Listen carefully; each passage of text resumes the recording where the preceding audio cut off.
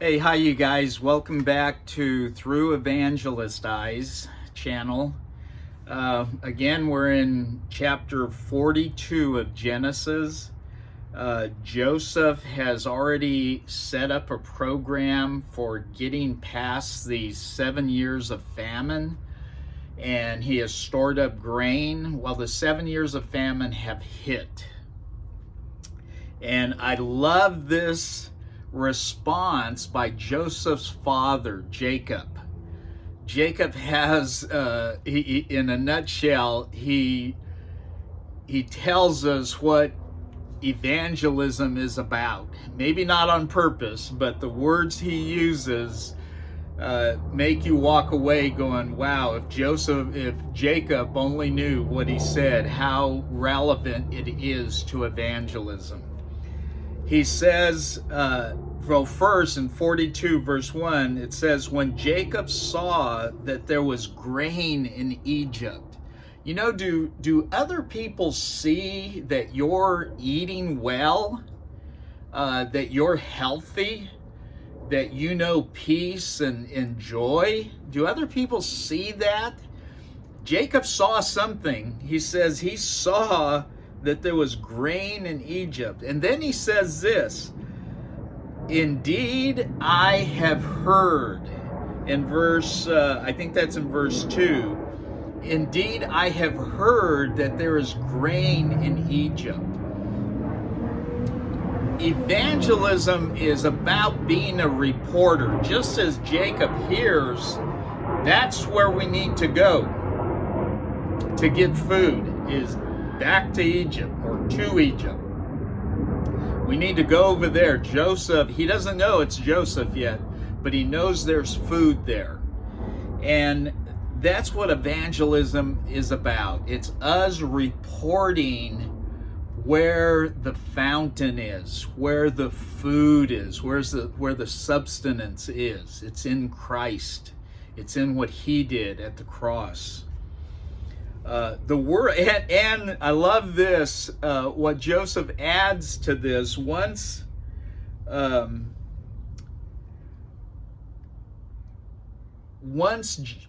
Jacob sends his sons to Egypt, Joseph recognizes his brothers. But I love this question that he asks. Again, I also believe it's a question of evangelism. It's relevant to evangelism. Joseph now, the brothers have come looking for food, and they're going to pay for it. But Joseph asks them, where do you come from? And that's a question that the world is asking. When we come proclaiming Christ, when we come explaining how man got in this condition, when we come to people inviting them to come and see who Jesus is, they want to know, where do you come from? You know where we come from? We come from the cross. I've been there. We come from having met Jesus. I have seen him. I have enjoyed his kindness, his forgiveness, his love. We come from the grave. We come from the gutter. God has lifted me out. He's given me life. People want to know, where do you come from? And then again, check this out in verse 42. Again, we're in chapter 42. At verse 20 and 21, his brothers, and Joseph is doing this to his brothers on purpose. He's trying to teach them a lesson. He's trying to get them to realize what they did, the sin they committed against him. Although Joseph knows that it was God that put him in that place. But Joseph's brothers say, we are truly guilty concerning our brother. And this is when Joseph sets them up, puts the money back in their bags, and tells them that they are not to come to him unless they bring their brother with them. And So Joseph's brothers are answering, "We are truly guilty concerning our brother. For we saw the anguish of his soul when he pleaded with us, and we would not hear.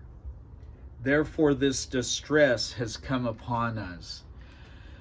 You know, I wonder if we're hearing the anguish of our brothers in the flesh, those who we ran with, those who we partied with, those who we did foolishness with.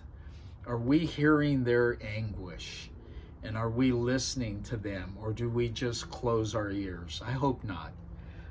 We ought to be listening. We ought to be praying. I've often thought, I wonder who I will find out in heaven who prayed for me before I came to Christ. Oh, I want to be among those who says, "Lord, I know a sinner that I'm bringing before you."